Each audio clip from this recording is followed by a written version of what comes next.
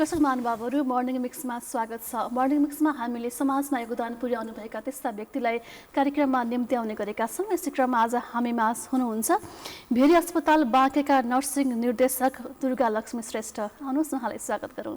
स्वागत छ हजुरलाई। हस्, धन्यवाद। आरामै हुनुहुन्छ? हजुर। आजको दिनको सुरुवात चाहिँ कसरी भयो? कति बजे उठ्नुभयो? 5 बजे। तपाईँको त रेगुलर नै सेड्युल हो अथवा आज छिटो उठ्नुपर्छ भन्ने हिसाबले? आज अलि छिटै उठेको। रेगुलर सेड्युल पहिला 5 बजे नै हो, अहिले चाहिँ 6 बज्छ चिसोले। एकदम चिसो मौसम छ आज, झनै पानी परेको जस्तो अवस्था छ बाहिर। हजुर। राम्रोसँग आउनुभयो। हजुर। कसरी दिनचर्या चलिरहेको सुन्नु? तपाईँ आफै एउटा नर्सिङ पेसामा हुनुहुन्छ होइन, त्यो सेड्युल नै होला, तर पनि तपाईँको मुखबाट सुन्न चाहेँ। मेरो दिनचर्या अब बिहान उठ्छु होइन, उठिसके पछाडि आफ्नो नित्य कर्महरू गर्ने होइन, त्यस पछाडि अब आफै बनाउँछु म होइन, खाना बनाउने, त्यस पछाडि अफिसको लागि रेडी हुने, अफिस जाने, दिनभरि 10 देखि 5 सम्म अफिसमै हुन्छु। त्यसपछि बेलुका आउने, फेरि खाना बनाउने, खाने, अनि विभिन्न भनौँ न अब म विभिन्न समस्याहरूको कुराहरूलाई चाहिँ अब कोही फोनबाट धेरै कुराहरू चाहिँ डिल गर्नुपर्ने हुन्छ होइन, कतिपय कुराहरू भनौँ न मान्छेको भेटघाटहरू पनि हुन्छ र कतिपय अवस्थाहरूमा चाहिँ मेरो दिनचर्यामा चाहिँ भनौँ न अब आफ्नो पर्सनल आफ्नो व्यक्तिगत विकासका लागि पनि केही आर्टिकल्सहरू लेख्ने, पढ्ने कुराहरू चाहिँ हुन्छन्।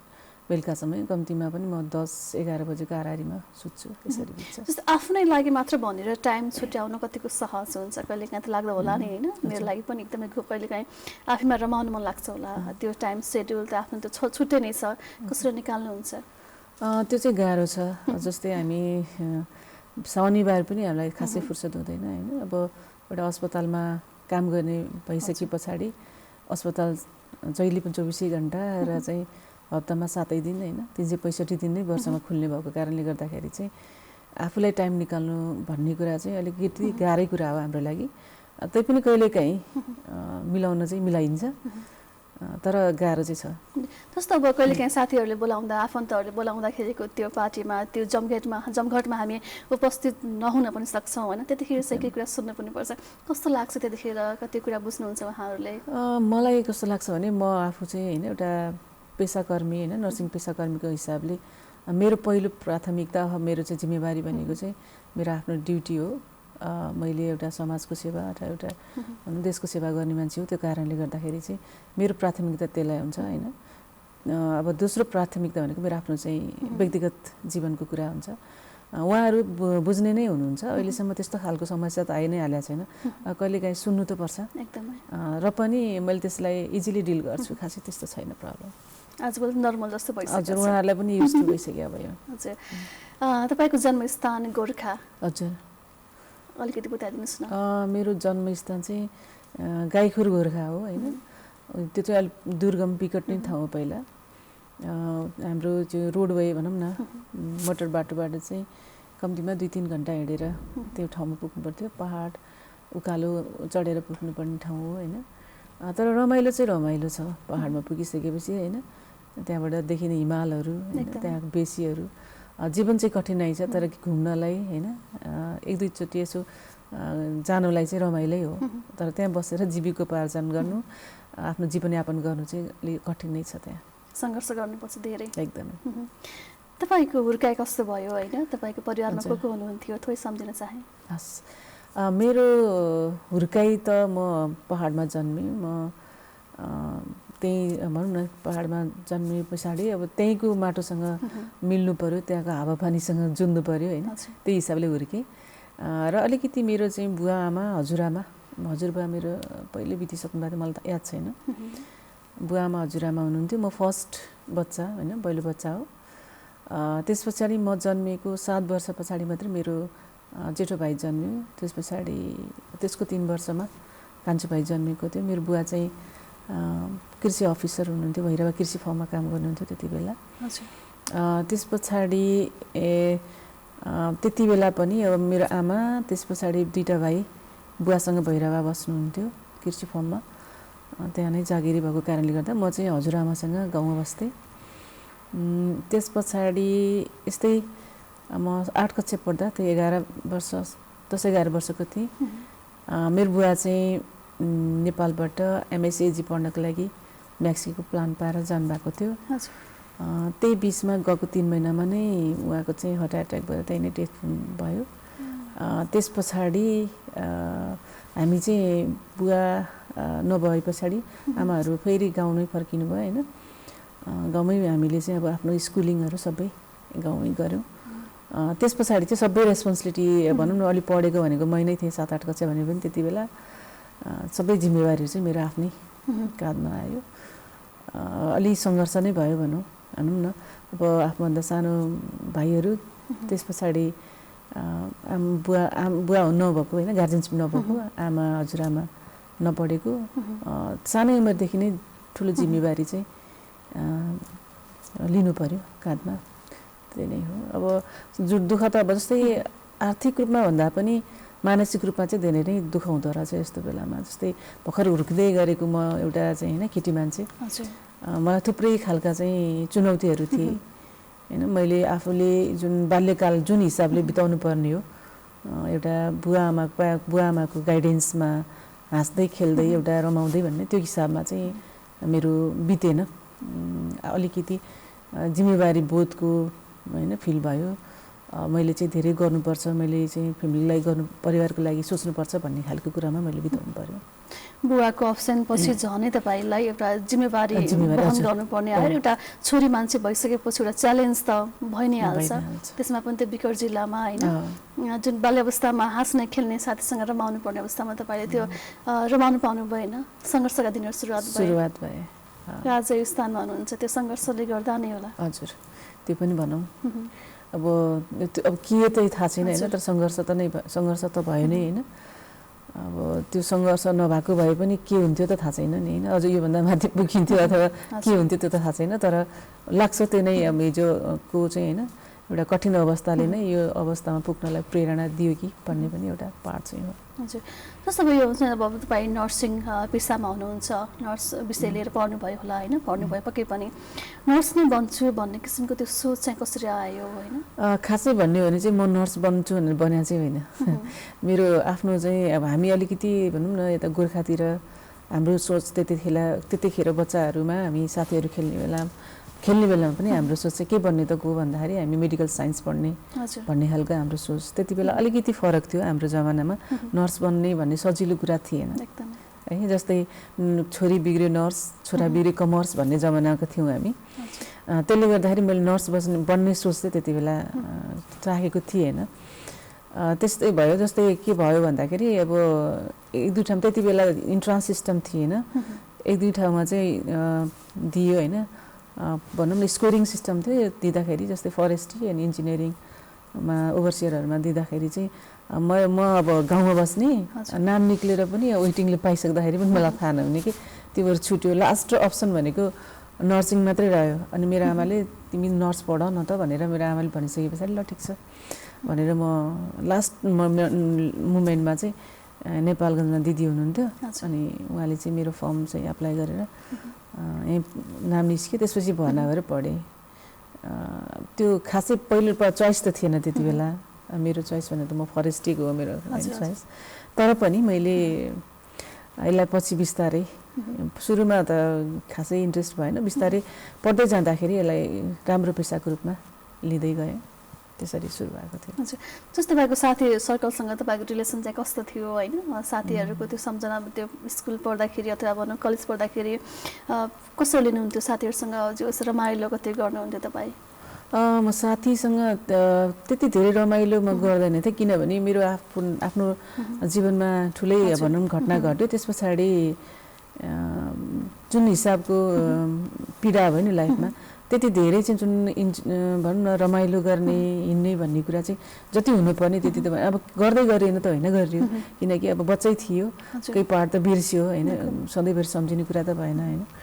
तर पनि जति गर्नुपर्ने त्यति चाहिँ गर्न सकिएन होइन।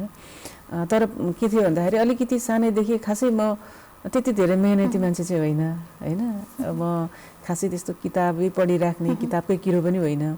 म सटट स्कुलमा जे पढ्छु त्यति मात्रै मेरो घरमा आएर मैले पढ्ने मेरो चाहिँ त्यो काम हुँदैन थियो, म अरू काम गर्नु पर्थ्यो। जस्तै भनौँ न पानी बोक्नलाई हाम्रो आधा घन्टा तल चाहिँ उकालो हिँडेर होइन धारामा जानुपर्ने, पानी बोक्नुपर्ने, घाँस काट्नुपर्ने होइन, भैँसीहरू पाल्ने हुन्थ्यो त्यति बेला। त्यसपछि दाउराहरू खोज्नुपर्ने, अनि बारीहरू हुन्थ्यो होइन, बारीहरूमा चाहिँ अब डल्लाहरू फुटाउनु पर्ने, केही रोपिसकेपछि त्यस्तो खालको जीवनयापन गरेँ कि मैले।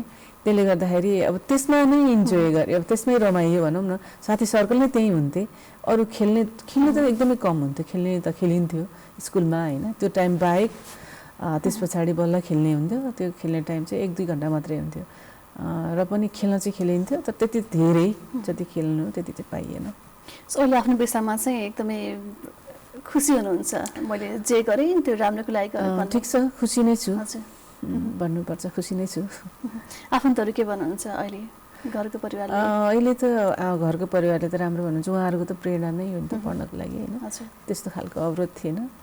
पछि पढ्दै जाँदाखेरि अब नर्सिसको जुन एउटा भनौँ न विषयमा पढ्ने कुराहरूमा पनि धेरै परिवर्तन आयो समाजमा। त्यसले गर्दाखेरि मलाई सजिलो पनि भयो। हिजो मलाई एउटा डर मात्रै के थियो त भन्दाखेरि जस्तै नर्स बिग्रियो, मेरो छोरी बिग्रियो नर्स पढेर भन्ने एउटा जुन शब्द मेरो दिमागमा थियो नि मनस्पटलमा, त्यसले गर्दाखेरि नै मलाई यो नपढ्न परे हुन्थ्यो भन्ने खालको एउटा चुनौती थियो नि त मनमा होइन।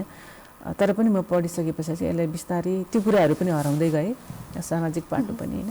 बिस्तारै यसलाई नै अब आफ्नो चाहिँ लाइफको उद्देश्यको रूपमा बनाइयो।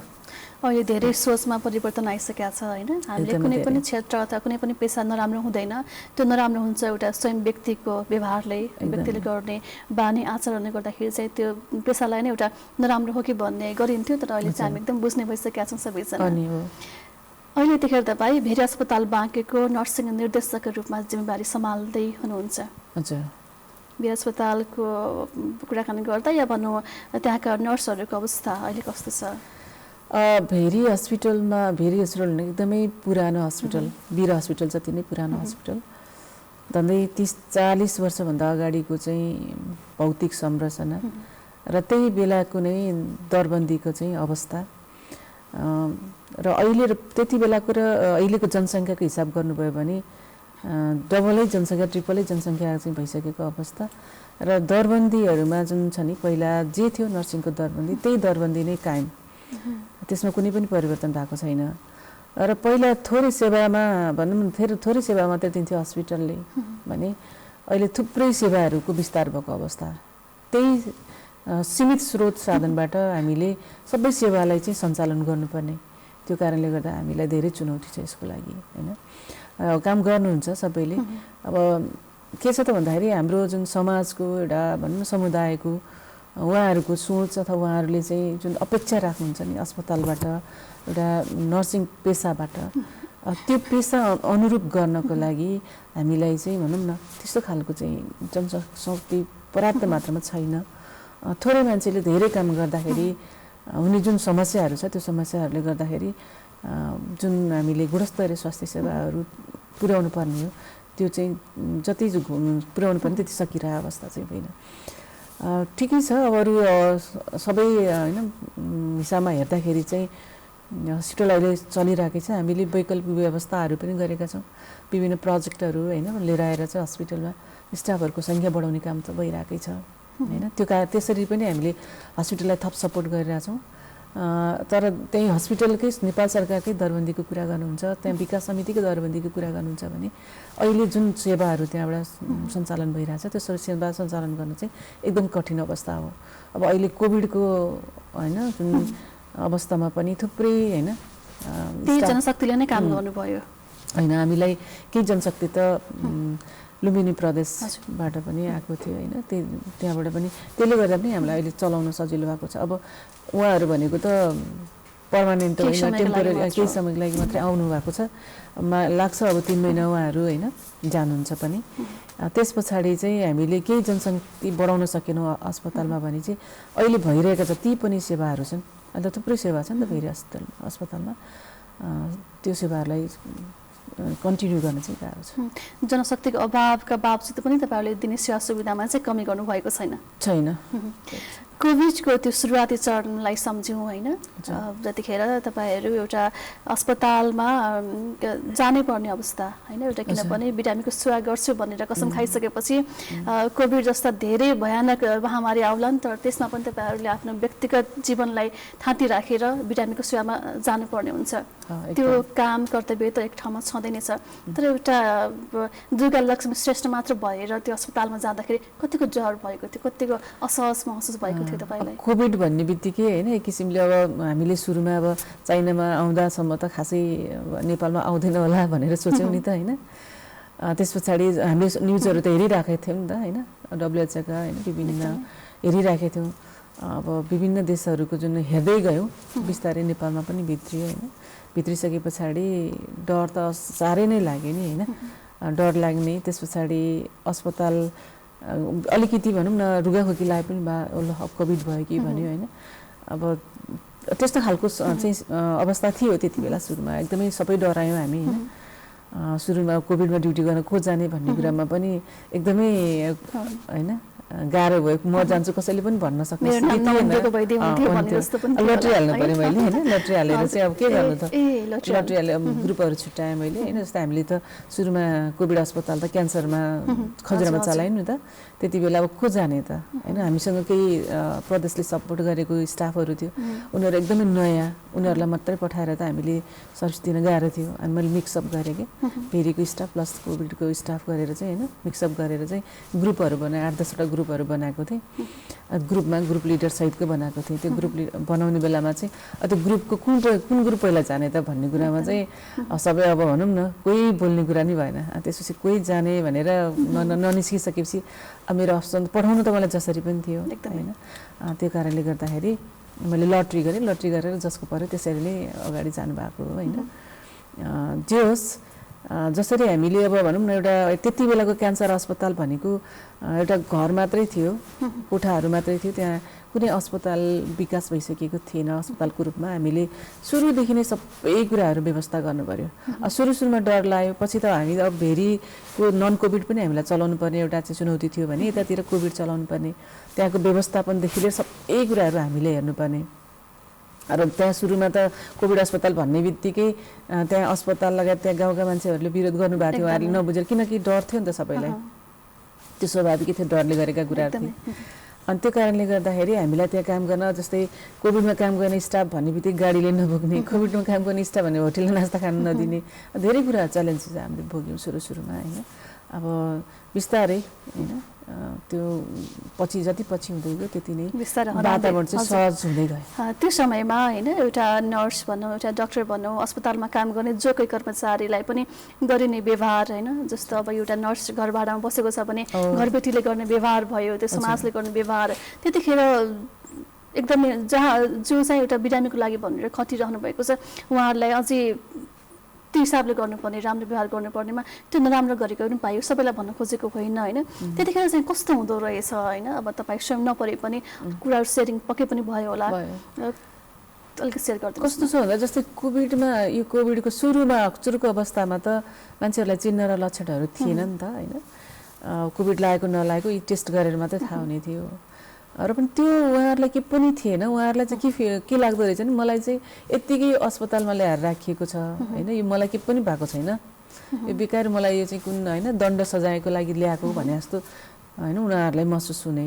अनि सबभन्दा गाह्रो पार्ट भनेकै त्यो आइसोलेट भएर बस्ने कि होइन, साथी जुन आफ्नो पहिलाको जुन दैनिकीहरू छ नि त्यो त टोटल्ली चेन्ज हुने भयो नि त होइन। चेन्ज हुने कारणले गर्दाखेरि जस्तो उसको चाहिँ यदि ऊ चाहिँ जबमा जान्थ्यो भने जबमा जान पाएन कम्तीमा पनि, त्यति बेला त अझ 21 दिन थियो होइन, बिस्तारै 14 दिन भयो जबमा जान पाएन होइन। जब जान नपाइसके पछाडि अब उसको जुन आफ्नो फ्यामिली सर्कलबाट ऊ टाढा भयो, साथी सर्कलबाट टाढा भयो होइन, ऊ एक्लै बस्नु पऱ्यो कि। त्यसमा पनि के छ बन्द कोठामा किन ढोकाहरू पनि लगाइदिने, बाहिर अब झालबाट मात्रै उसले हेर्ने अवस्था आयो। अब कतिसम्म कि झालबाट हेर्दाखेरि पनि झालबाट हेऱ्यो भनेर चाहिँ त्यहाँनिर समस्याहरू कि कम्प्लेनहरू बाहिर नै हेर्न हुँदैन, त्यहाँबाट सर्छ भने जस्तो बाहिरको मान्छेलाई लाग्ने। उनीहरूलाई बिचरा त्यहाँ बस्नलाई चाहिँ गाह्रो छ नि त होइन। उनीहरूले चाहिँ अब एक त कोभिड भएको छ आफै भन्ने बिरामी, बित्तिकै हजुर। उहाँको मानसिकता के त कोभिडको त थुप्रै चाहिँ समस्याहरू पनि छ नि, सबैलाई निकै हुन्छ भन्ने पनि छैन होइन। न मलाई केही कम्प्लिकेसन भएर अथवा चाहिँ जटिलता आएर मलाई केही मर्ने पो हो कि भन्ने एउटा लाइफकै एउटा भनौँ न थ्रेड त छँदैछ। त्यसमा पनि के छ त अब विभिन्न जुन गरिने दुर्व्यवहारका कुराहरू होइन, जस्तै हामीले खाना पनि त पिपी लाएर उहाँले त मान्छेको मुखै देख्न पाउनुहुन्थेन नि त सुरुमा त बन्द कोठामा। अब एउटा पिपी लगाएको मान्छे भनौँ न, एउटा चाहिँ सुरक्षा कवच लगाएको मान्छे त्यहाँ जान्थ्यो। त्यो सुरक्षा कवच लगाएको मान्छे गयो कि रोबोट गयो कि त्यो त थाहा छैन। उसको एउटा भावनात्मक चाहिँ एउटा हुन्छ नि महसुस चाहिँ खासै हुन पाएन है। त्यो कारणले गर्दाखेरि उहाँहरू धेरै स्ट्रेसमा हुनुहुन्थ्यो होइन, तनावमा एकदमै धेरै तनावमा हुनुहुन्थ्यो। त्यो जीवन चाहिँ साह्रै गाह्रो, सबभन्दा गाह्रो दिन काट्न। कति तपाईँ मिडियामा एक्सपोज भएर कति चाहिँ फेसबुक चलाउने, कति चाहिँ होइन युट्युब चलाउन जान्ने मान्छे त चलाउनु, नजान्ने मान्छेले के गर्ने, त्यस्तो खालको समस्या थुप्रै थियो। तर हामीले चाहिँ के गर्यौँ त भन्दाखेरि पछिल्लो दिनहरूमा चाहिँ यस्तो खालको कुराहरू आइसके पछाडि पिपी लगाएर उहाँहरूलाई काउन्सिलिङ गर्न जाने कुराहरू, त्यसपछि मिडियामा होइन मिडियालाई कनेक्ट गरेर चाहिँ मेडिटेसन गराउने कुराहरूलाई चाहिँ हामीले जोड्न सकेका थियौँ र उहाँहरूलाई केही सहज पाठ चाहिँ गरेको थियौँ। त सजिलो कुरा चाहिँ होइन, त्यहाँ रोगभन्दासँग लड्न भन्दा पनि तपाईँको सबभन्दा गाह्रो भनेको चाहिँ पाठ चाहिँ आइसोलेट भएर चाहिँ त्यो 14 दिन चाहिँ बन्द कोठामा बिताउनु चाहिँ एकदमै गाह्रो पाठ भनेर उहाँहरूले भन्नुहुन्थ्यो। त्यो रोगभन्दा पनि आफूलाई गरिने व्यवहार आफन्तहरूले एउटा फोन कल गरेको भए पनि अलिकति उहाँहरूलाई हुन्थ्यो होला, जुन हिसाबले व्यवहार गरिनुपर्ने हो त्यो व्यवहार नगरिँदाखेरि रोगभन्दा पनि एउटा त्यो मानसिक रूपमा चाहिँ म अब फेरि बिरामीको भिजिटरको भेटघाटै नहुने, त्यो अरू बिरामी जस्तो नै कि अब उहाँहरूको कतिको चाहिँ कस्तो मनमा डर भनेपछि मऱ्यो भने पनि मलाई कसैले छुँदैन, प्लास्टिकमा बेरेर चाहिँ होइन लर जलाइदिन्छन् भन्ने खालको त्यो फिलिङ्स के त्यस्तो खालकोले गर्दा नि उहाँहरूलाई एकदमै नराम्रो लाग्दो रहेछ। पछि भन्नुहुन्थ्यो होइन धेरै अब धेरै त होइन राम्रो भएर जानुभयो नि त। अब हाम्रै चाहिँ कति नर्सिङ साथीहरू होइन बहिनीहरू पनि कोभिड चाहिँ इन्फेक्टेड हुनुभयो, कति डक्टरहरू हुनुभयो, कति चाहिँ हाम्रो होइन माननीयहरू पनि हुनुभयो। उहाँहरूको एक्सपिरियन्सबाट चाहिँ मैले यसरी बुझ्थेँ। धेरै हामी बादमा पऱ्यौँ होइन, एउटा विश्व नै एउटा आक्रान्त बन्यो, अहिले बिस्तारै सिलाउँदै गइरहेको अवस्था छ। सुरक्षा सावधानी त हामीले अपनाउनु पर्ने नै हुन्छ। पछिल्लो समयमा एकदमै अब यो सिलाउँदै गइरहेको हो भनेर अलिकति मास्क नलागेको पनि हामीले पाइरहेका छौँ होइन। अहिले हेऱ्यो भने त मोस्ट अफ मास्क लाउने मान्छेहरू चाहिँ कार्टुन जस्तो देखिन थाल्यो कि। अनि अब भनौँ न पहिला चाहिँ थोरैले मास्क लाउँदैन थिए, अहिले धेरैले लाउँदैन, 1-2जनाले मात्रै लगाएको देख्छु कि मैले। अब यसो गरिरहँदा सेकेन्ड वेभ आयो भने के हुने भन्ने कुराहरू चाहिँ छ। हामीले जबसम्म होइन नि यसको यो त छँदैछ नि ट्रान्समिसन अथवा चाहिँ यो रोग त छँदैछ नि, सकेको त छैन। अब कहीँ सकेको होला अथवा कुनै ठाउँमा बिरामी नहोला त्यो एउटा पार्ट। अब भेरीमा त अहिले पनि 19जना बिरामी कोभिडको भर्ना भइरहनु भएको छ। उहाँहरू सामान्य हुनुहुन्न, जटिल हुनुहुन्छ होइन। उहाँलाई आइसियु राखेर नै हामीले चाहिँ उपचार गरिरहेछौँ। जति हुनुहुन्छ जटिल, अब त सामान्य खालको र जुन मोडरेट खालको बिरामीहरू त हस्पिटल आउनु छोड्नु भएको छ, धेरैले टेस्ट गराउनु छोड्नु भएको छ। भन्न खोजेको परीक्षण पनि एकदमै कम गरिएको छ, तसर्थ उहाँले आउनुहुन्न घरमा। अब किन भए सिम्टम भए आउने हो, यत्तिकै आउनुहुन्न। त्यो हिसाबले पनि अलिकति हराउँदै गएको हो कि भन्ने त छ कि एक किसिमले चाहिँ हराउँदै पनि गएको होला, तर पनि सुन्ने चाहिँ भएको छैन। अहिले भारत सरकारबाट अनुदानमा आएको कोभिसिल्ड भ्याक्सिन फ्रन्टलाइनमा खटिने तपाईँहरू जस्ता व्यक्तिलाई लगाउन सुरु गरिएको छ। बिस्तारै नागरिक स्तरसम्म पनि त्यो छिटै नै पुग्नेछ। कोभिसिल्ड भ्याक्सिन लगाउनु भयो होला सम्भवतः मलाई लाग्छ तपाईँले पनि। थोरै यसको अनुभव सुनाइदिनुहोस् न। अब यो खासै भ्याक्सिन एकदमै राम्रो भ्याक्सिन छ होइन। यो लगाउँदाखेरि अब अहिले हाम्रो नेपालमा हेर्ने हो भने त्यस्तो खालको जटिल खालको समस्याहरू त कसैलाई पनि आएको छैन। यति धेरैलाई भ्याक्सिन लगाइसक्यो होइन। र सामान्य चाहिँ छ, सामान्य जस्तै कसैलाई रुगाखोकी लाग्ने, हल्का ज्वरोहरू आउने होइन, जिउहरू दुख्ने, खान मन नलाग्ने, बान्ता हुने होइन, त्यस्तो कसैलाई काम ज्वरोहरू आउने, यस्तो खालको कुराहरू चाहिँ छ। त्यसो भनेर डराउनु परेन। यो सामान्य असरहरू भनेको त ठुलो कुरो भएन, हराएर जान्छ होइन, केही समयमा हराएर जान्छ। तर भोलि कोभिडै भयो, त्यसको जटिलता आयो भने त बाँच्न गाह्रो हुन्छ नि त होइन। त्यो कारणले गर्दाखेरि चाहिँ म सबैजनालाई के अनुरोध पनि गर्छु भने यो भ्याक्सिन भनेको चाहिँ हाम्रो शरीर हामीलाई बचाउनको लागि चाहिँ बचावटको लागि चाहिँ प्रयोग गरिने भ्याक्सिन हो। अनि यसले यो लगायो भने भोलि कोभिडै नहुने भन्ने पनि होइन, तर कोभिड भयो भने चाहिँ यसबाट हुने जटिलता चाहिँ कम हुने हो भन्नाले जुन हाम्रो चाहिँ हाम्रो मृत्यु नै हुने कुराहरूलाई चाहिँ यसले रोक्न सक्छ अथवा चाहिँ जटिलतामा जानलाई रोक्न सक्छ भन्ने हिसाबले हामीमा नै के त एउटा प्रतिरक्षा विकास गर्नको लागि चाहिँ लगाइने हो। त्यसले गर्दाखेरि योबाट डराउनु भन्दा कोभिडै हुँदाखेरि त कति समस्या हुन्छ नि त। यो अहिले भ्याक्सिनको चाहिँ सामान्य असरहरू डरायो भने भोलि त कोभिड भयो भने त झन् गाह्रो हुन्छ नि। त्यो रोक्नलाई पनि हामीले यो लगाउने हो नि त। जस्तो यो सामान्य रुगा अब त ज्वरो आउनु रुगा खोकी लाग्नु छ त्यसमा चाहिँ डराउनु पर्ने अवस्था छ किनभने अनर्गल प्रसार भइरहेको अवस्था पनि छ होइन। त्यो बारे चाहिँ तपाईँ आफै लगाउनु भएको हिसाबले मैले सोधेको मात्र। नर्सिङ पेसा एउटा संवेदनशील पेसा पनि हो होइन, एउटा सामान्य पेसा त छँदै नै छ। एउटा नर्सको व्यवहारले एउटा बिरामीको ज्यानसँग जोडिएको हुन्छ। बिरामी एउटा औषधिले मात्र उपचारले सन्चो भन्दा पनि त्यसलाई गरिने व्यवहार, अस्पतालले गरिने व्यवहार, अस्पतालभित्र रहेका डाक्टर र नर्सले गर्ने व्यवहारबाट पनि त्यसलाई प्रभाव पर्छ। कस्तो व्यवहार हुनुपर्छ जस्तो लाग्छ? अब नर्सेस भनेको चाहिँ एउटा होइन फ्रन्ट लाइनरै अथवा 24 घन्टा एउटा बिरामीको नजिक बसेर सेवा गर्ने व्यक्तित्व हो होइन। उनीहरूको व्यवहार चाहिँ राम्रो हुनुपर्छ, मिठो बोल्ने, राम्रो व्यवहार गर्ने होइन, बिरामीलाई आदर गर्ने, सम्मान गर्ने, यी कुराहरू एकअर्कामा हुनैपर्छ। जस्तै बिरामीबाट पनि नर्सेसलाई हुनुपर्छ, नर्सेसबाट पनि बिरामीलाई हुनुपर्छ होइन। किनभने यो खालको जुन एउटा सम्बन्ध छ नि, जबसम्म स्थापित हुँदैन नि तबसम्म चाहिँ हामीलाई उपचार गर्दाखेरि चाहिँ विभिन्न कठिनाइहरू आउन सक्छ। जस्तै हामीले नर्सेसलाई चाहिँ होइन तेस्रो दर्जा अथवा चाहिँ अर्कै रूपमा हेर्ने होइन। नर्सेस भनेको चाहिँ अब उनीहरूको कुनै पनि भावना फिलिङ्स छैन भनेर चाहिँ सोच्ने यस्तो खालको कुराहरूले पनि कहिलेकाहीँ चाहिँ समस्या हुन्छ। हुन त होइन उहाँहरू बिरामी हो, बिरामीले चाहिँ जस्तो व्यवहार गरे पनि हामीले बुझ्नुपर्छ भन्ने कुरा चाहिँ हो। र पनि सबै नर्सेसहरूको नेचर अथवा स्वभाव एउटै हुँदैन होइन। कसैलाई छिटो रिस उठ्ला, कसैलाई ढिलो रिस उठ्ला होइन। त्यो त ह्युमन नेचर हो। हरेक मान्छेमा एउटै खालको चाहिँ स्वभाव हुन्छ, प्रकृति हुन्छ भन्ने त हुँदैन नि त। त्यो कारणले गर्दा को मान्छे कस्तो छ, कस्तो बन्ने भन्ने कुरा चाहिँ उसको कहाँ जन्मियो, कसरी हुर्कियो, त्यो कुराहरूले पनि त असर गर्छ नि त है। त्यो कारणले गर्दाखेरि चाहिँ अब गर्नुपर्ने कुरा त हो, तर यत्तिकै त्यहाँ समस्या चाहिँ आउँदैन कि। जस्तै बिरामी भन्दा पनि अथवा बिरामीको मान्छे भन्दा पनि तेस्रो व्यक्तिहरू आएर चाहिँ विभिन्न कुराहरू चाहिँ चाहिँ समस्या पारिरहेको हुन्छ कि अस्पतालमा। त्यसले गर्दाखेरि कहिलेकाहीँ यहाँ अब यहाँहरूले सुन्नुभएको होला, नर्सहरू झर्किन्छन्, रिसाउँछन् भन्ने खालको कुराहरू होइन। र अर्को कुरा यसमा के छ भन्दाखेरि हामीले हाम्रो जुन अघि नै मैले भने तपाईँलाई झन् 30-40 वर्ष अगाडिको दरबन्दीको अवस्था, थोरै नर्सिङ स्टाफहरूले धेरै बिरामी हेर्नुपर्ने, धेरै बिरामीको धेरै भिजिटर हुने। हाम्रो जस्तो नेपालगञ्ज जस्तो ठाउँमा हामीले बिरामीको जुन कुरुवाहरू चाहिँ एउटा बिरामी आयो भने 20 जना कुरुवा जस्तै सुत्केरीमा हेर्नुभयो भने सबै आइदिनुहुन्छ क्या।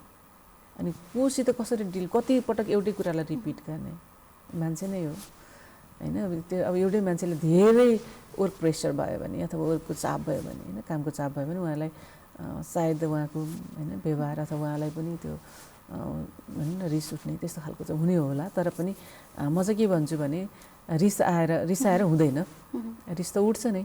त्यो रिसलाई त हामीले के गर्नु पऱ्यो, कन्ट्रोल गर्न सक्नु पऱ्यो होइन। रिसाए पनि हामी त्यो काम गर्नै पर्छ, नरिसाए पनि त्यो काम गर्नै पर्छ। रिसायो भने चाहिँ तपाईँको के हुन्छ, इनर्जी वेस्ट हुन्छ नि त। त्यसले गर्दाखेरि म सबै नर्सेसहरूलाई पनि त्यो भन्न चाहन्छु। र अर्को कुरा हाम्रो समाजले पनि, हाम्रो नर्सेसले जुन गरिरहेको योगदान छ हरेक बेला भन्नु, अहिले कोभिडको बेलामा त अन्तर्राष्ट्रिय रूपमा नै अगाडि बसेर कसले काम गरे त भन्दा नर्सेसले गर्यो होइन। अन्तर्राष्ट्रिय रूपमा पनि अहिले हामीलाई चाहिँ WHO ले पनि त रिकग्निसन अथवा एउटा चाहिँ यो गरिरहेको अवस्था हो होइन। यहाँ पनि हाम्रो नर्सेसले एकदम राम्रो काम गर्नुभयो होइन। त्यही भएर चाहिँ त्यो कारणले गर्दा नै हामीले यति धेरै चाहिँ कोभिडका बिरामीहरूलाई चाहिँ व्यवस्थापन गर्न सफल भयौँ होइन। ओभरअल हस्पिटलमै नै हेर्नुभयो भने अहिले कोभिडको सन्दर्भमा कुरा गर्ने भने मलाई लाग्छ, भनौँ न यो सही हो अथवा बेठिक हो, नेपालकै सन्दर्भमा चाहिँ हाम्रो जतिको कोभिड अस्पताल बेडहरू होइन, व्यवस्थित बेडहरू चाहिँ अन्त बनेका छन् जस्तो लाग्छ। हामी धेरै बिरामी आए पनि, सेकेन्ड वेभ्स आए पनि हामी तयारी अवस्थामै छौँ। हामीले चाहिँ विभिन्न अब जस्तै यसको लागि तयारीहरू होइन, कोठाका तयारीदेखि लिएर सामानका तयारीदेखि लिएर होइन, त्यस्तै गरेर पिपिईका तयारीदेखि लिएर जस्तै हाम्रो स्टाफहरूलाई पनि सबै स्टाफहरूलाई उहाँहरू सुरुमा धेरै डराउनु भयो नि त। त्यति बेला हामीले उहाँहरूलाई सबैलाई ट्रेनिङ दिने कुराहरूदेखि लिएर सबै कुराहरू हामीले व्यवस्थापन गरेका छौँ होइन। अब नआओस् सेकेन्ड वेभ त्यो राम्रो होइन, किनभने त्यो डिजिज आओस् त हामीले भन्नु भएन, तर पनि आयो भने त हामी तयारी त हुनु पऱ्यो नि भन्ने कुरा दिनको लागि हामी सचेत रहनुपर्छ, तयारी पनि हामीको छ नै होइन। त्यसले गर्दाखेरि यो चाहिँ हामीलाई एउटा भेरी अस्पतालमा चाहिँ हामी विभिन्न भनौँ न, हामी आफैले एक्लै गरेर पनि होइन, यो चाहिँ एउटा भनौँ सङ्घीय स्तरबाट, प्रादेशिक स्तरबाट, स्थानीय स्तरबाट, विभिन्न चाहिँ नागरिक समाजहरूबाट होइन, यहाँको चाहिँ सबै भनौँ न लिडरहरूबाट चाहिँ ठुलो सहयोग भएको कारणले गर्दा हामीले यति गर्न सकेको। त्यसले गर्दा एकदमै राम्रो लाग्छ, खुसी लाग्छ होइन, किनकि कुनै पनि सहयोग बिना त कसैले राम्रो काम गर्न सक्दैन। त्यसको पछाडि सहयोगी हातहरू चाहिँ हुनैपर्छ होइन। यो महामारीमा त झन् हामी सबैजना मिलेर एकजुट भएर चाहिँ यो एकदमै राम्रो धेरै सपोर्ट गर्नुभएको छ यहाँको चाहिँ भनौँ न नागरिक, हरेक नागरिकको चाहिँ त्यति नै ठुलो चाहिँ सहयोग र योगदान छ यो हस्पिटल बन्नमा र यहाँसम्म सञ्चालन हुनुहुन्छ। हजुर, जस्तो अब एउटा बिरामीलाई एउटा डक्टरको नर्सको राम्रो व्यवहार चाहिँ उसलाई आवश्यक पर्छ होइन। सबैले तपाईँले भनेको जस्तो एउटा नेचरमा पनि भर पर्छ, उसको हुर्काइमा स्कुलिङमा पनि भर पर्छ, त्यो छँदै नै छ। र नर्सले एउटा डक्टरले पनि बिरामीले कस्तो व्यवहार गरिदियो भन्ने हुन्छ, उहाँलाई चाहिँ एकदम झन्नक रिस कहिले काहीँ उठ्न सक्छ, के गरिदियो भन्ने चाहिँ हुन्छ होला जस्तो लाग्छ। तपाईँ एउटा नर्स भएको हिसाबले मैले सोधेँ हजुर बिरामीले चाहिँ कस्तो व्यवहार गरिदियो? बिरामीले अब त राम्रै व्यवहार गरोस् त भन्ने त लाग्ने नै छ होइन, तर पनि बिरामीले गरेको व्यवहार त ऊ दुखाइमा हुन्छ, पीडामा हुन्छ, समस्यामा हुन्छ होइन, ऊ पक्कै पनि उसले चाहिँ नर्मल्ली बिहेभ गर्न सक्दैन अथवा व्यवहार गर्न सक्दैन, हामी बुझ्छौँ। र पनि उहाँहरूले चाहिँ होइन राम्रोसँग बोलिदिनु भयो भने कति मान्छेहरू चाहिँ कस्तो हुन्छ भन्दाखेरि अब चाहिँदै भन्दा नचाहिँदै कुराहरू बढी सोधेर चाहिँ होइन त्यहाँनिर चाहिँ डिस्टर्ब गर्न खोज्ने, कामहरूलाई बिथोल्न खोज्ने कुराहरू पनि हुन्छन्। त्यो हामीले डेली ड्युटीमा चाहिँ फेस गर्ने कुराहरू हो। मैले अघि नै पनि भने एउटा बिरामीको 10 जना 15 जना भिजिटर्स आयो अथवा चाहिँ कुराहरू आयो भने उहाँहरूसँग एउटाले एउटा प्रश्न सोध्छ, अर्को प्रश्न, अब कसका उत्तर दिने त? त्यो उत्तर दिने क्रममा पनि मान्छेहरूलाई गाह्रै हुने कि काम गर्ने कि उनीहरूको उत्तर दिएर बस्ने, किन एउटा सीमित स्रोत छ हामीसँग भने लिमिटेड स्टाफ छ, लिमिटेड स्टाफले थुप्रै कामहरूलाई कभर गर्नुपर्ने हुन्छ होइन। त्यो कारणले गर्दाखेरि चाहिँ अलिकति गाह्रो चाहिँ छ। अब त्यो पार्टलाई अब जस्तै हस्पिटलमा हामीले व्यवस्थापन गर्न त खोजिरहेको, जस्तै भिजिटर आउट गर्ने कुराहरू, भिजिटिङ आउटको कुराहरू, तर हाम्रो थुप्रै गेटहरू भएको कारणले गर्दा र यहाँको जनसमुदायहरूले नै अब धेरै बिरामी गए के अरे बिरामीको मान्छे गएपछि मात्रै सन्चुन्छ भन्ने एउटा मान्यता बोक्नु भएको छ नि। त्यो कारणले गर्दाखेरि के हुन्छ त भन्दा भर्ना हुने बिरामीहरूमा पनि सङ्क्रमण बढ्न सक्ने कुराहरू, अझै बिरामीलाई धेरै दिन चाहिँ भर्ना गरेर राख्नुपर्ने कुराहरू, लम्बिन्छ भन्ने कुराहरू नबुझिदिएको कारणले गर्दा अलिकति समस्या हो। अब तर पनि उहाँहरूको अब भनौँ न उहाँहरूलाई बुझाउन जरुरी छ, बुझ्नुहुन्छ नबुझाएर नै हो होइन। त्यो बुझाउने कसले भन्ने कुरा अब भनौँ न त्यो फेरि जिम्मेवारी लिनुपर्ने हुन्छ कसैले होइन, नत्र भने चाहिँ गाह्रो छ। हजुर, जस्तो उहाँहरूलाई अझै काममा प्रेरित गर्नको लागि, उहाँहरूको मनोबल बढाउनको लागि होइन के गरिदिए हुन्थ्यो जस्तो लाग्छ, के गर्नुपर्छ जस्तो लाग्छ अस्पताल? सबभन्दा के हो त भन्दाखेरि हरेक मान्छेलाई चाहिँ एउटा आत्मसम्मानको कुरा हुन्छ होइन। एउटा चाहिँ एज ए एउटा पेसाकर्मी हो भन्ने हिसाबले चाहिँ रिकग्निसन अथवा चाहिन्छ, त्यो भयो भने पछाडि काम गर्न मनोबल पनि बढ्छ। र अर्को कुरा चाहिँ विभेद हुनु हुँदैन कि कार्यक्षेत्रमा विभेद हुने, हिंसा हुने कुराहरू चाहिँ हुनु हुँदैन। जस्तै हिंसा भनेको अब बिरामीलाई पनि हुनु हुँदैन, त्यहाँको काम गर्ने होइन वर्कर्सहरूलाई पनि हिंसा त हुनु भएन नि त। विभिन्न किसिमका गालीहरू गर्ने, विभिन्न किसिमका एब्युजहरू गर्ने खालको कुराहरू भयो भने उहाँहरूको मनोबल घट्छ।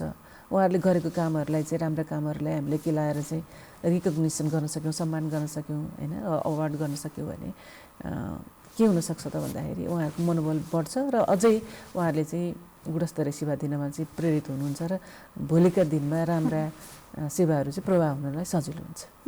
सही, तपाईँ विगत लामो समयदेखि नर्सिङ पेसामा हुनुहुन्छ होइन। यो अहिले चाहिँ यो पेसालाई अँगाल्नेहरूको यो सङ्ख्या अथवा कस्तो क्रमिक रूपमा बढेको पाउनुहुन्छ कि के पाउनुहुन्छ?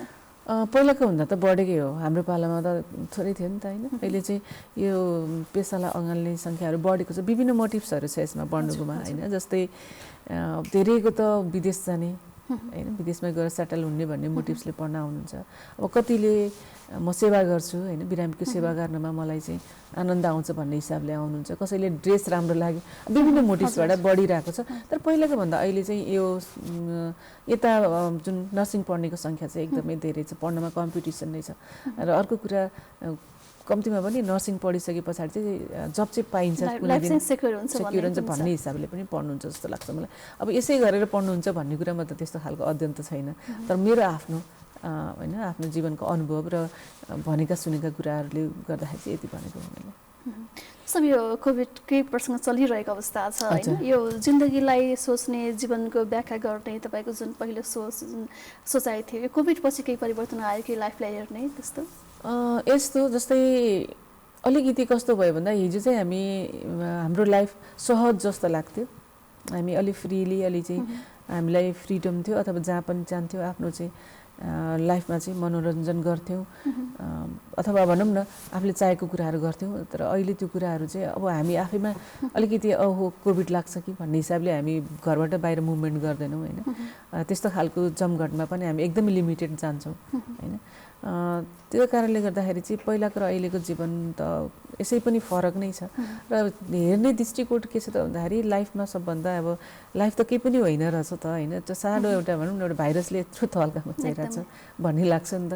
त्यही भएर हामी हरेक चिजसँग चाहिँ सतर्क भएर जीवनमा बाँच्नुपर्छ भनेर अझै सेन्सिटिभ बनाएको लाइफलाई, त्यो चाहिँ हो। भोलिको आउने हरेक चुनौतीको लागि अहिले चाहिँ हामीले तयारी अवस्थामा अथवा भनौँ भोलि जे पनि हुनसक्छ भन्ने हिसाबले हामी सुरक्षित हुनुपर्छ भन्ने हिसाबले आफ्नो तयारी चाहिँ जति बेला पनि आफू प्रिपेयर्ड हुनुपर्छ, रेडी हुनुपर्छ भन्ने कुरालाई चाहिँ अहिले अलिक बढी जोड दिए जस्तो लाग्छ अहिले। तपाईँ नर्सिङ पेसामा हुनुहुन्छ होइन, अब जो अभिभावक आफू जुन पेसामा छु त्यो पेसामा चाहिँ आफ्नो सन्तानलाई चाहिँ ल्याउन नचाहेको जस्तो पनि लाग्छ, भान हुन्छ, तपाईँ चाहिँ के भन्नुहुन्छ यसलाई चाहिँ? अब यस्तो छ नर्सिङ पेसा आफ्नो दुःख देखेर आफ्नो सन्तान पनि नहोस् भन्ने चाहना हुन्छ होला सायद है? नै, यो दुईटै बाटो छ। अब सन्तानले चाहिँ आफ्नो लाइफ सेक्युर गरोस् भन्नेले नर्सिङ नै पढाइरहनु पनि भएको छ, कसैले आफूले धेरै दुःखभित्र सुख पनि त छ नि त। तपाईँको जो मान्छेले यो पेसालाई साँच्चै नै आत्मादेखि नै अँगाल्छ भने उसले बिरामीलाई सेवा गरेर धेरै आनन्द लिन्छ नि त। त्यो तपाईँले अरूको लागि गरिरहनु भएको छ तर आनन्द त तपाईँलाई आइरहेछ नि त, त्यो आफ्नो लागि पनि त हो नि होइन। त्यसरी लिनेहरू पनि हुनुहुन्छ। त्यसले गर्दाखेरि कस्तो छ त भन्दाखेरि यो पेसामा चाहिँ होइन गार्जेनहरूले आफै पढेर पनि पढाइरहनु भएको छ जस्तो लाग्छ मलाई। अब कदा सबैले नभएर हेर्नु न लाग्छ 5% जति 100मा 5%ले चाहिँ मैले जे दुःख गरेँ मेरो बच्चालाई गराउन्न भनेर टर्न गरे आउनसक्छ, होइन भने चाहिँ मोस्ट अफले चाहिँ अब कि चाहिँ अब डक्टर पढाउने, अब योभन्दा मभन्दा ठुलो हायर लेभल पढाउने भन्ने खालको सोच होला होइन। एउटा अब अहिले समाजले दिएको स्टाटसको हिसाबले होइन, हुन त कुनै पनि पेसा सानो र ठुलो त हुँदैन, नहोइन भने चाहिँ के त आफ्नो पेसामा पनि रिपिटेडली पढाइरहेको देखेको छु मैले। हामी कार्यक्रमको अन्त्यमा छौँ, धेरै कुराकानी गर्नु मन थियो, समयको पाबन्दी लागिसकेको छ, अन्त्यमा के भन्न चाहनुहुन्छ?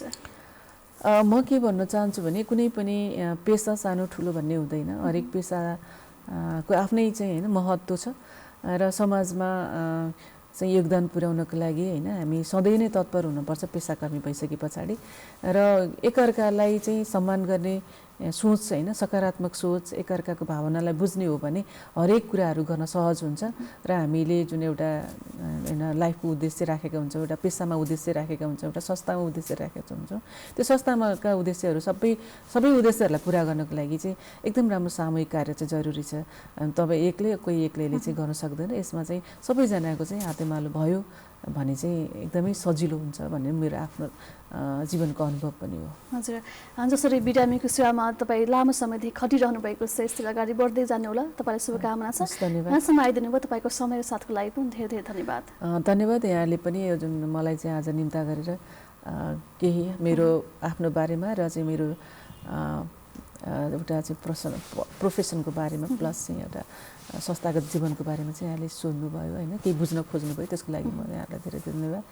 एनटिभी सबै परिवारलाई पनि धन्यवाद दिन चाहन्छु। धन्यवाद। दर्शक महानुभावहरू, आजको टिकटकको बसाइमा हामी माझ हुनुहुन्थ्यो भेरी अस्पताल बाँकेका नर्सिङ निर्देशक दुर्गा लक्ष्मी श्रेष्ठ। हस्त आजलाई कार्यक्रम यति नै, बिदा दिनुहोस्, नमस्कार।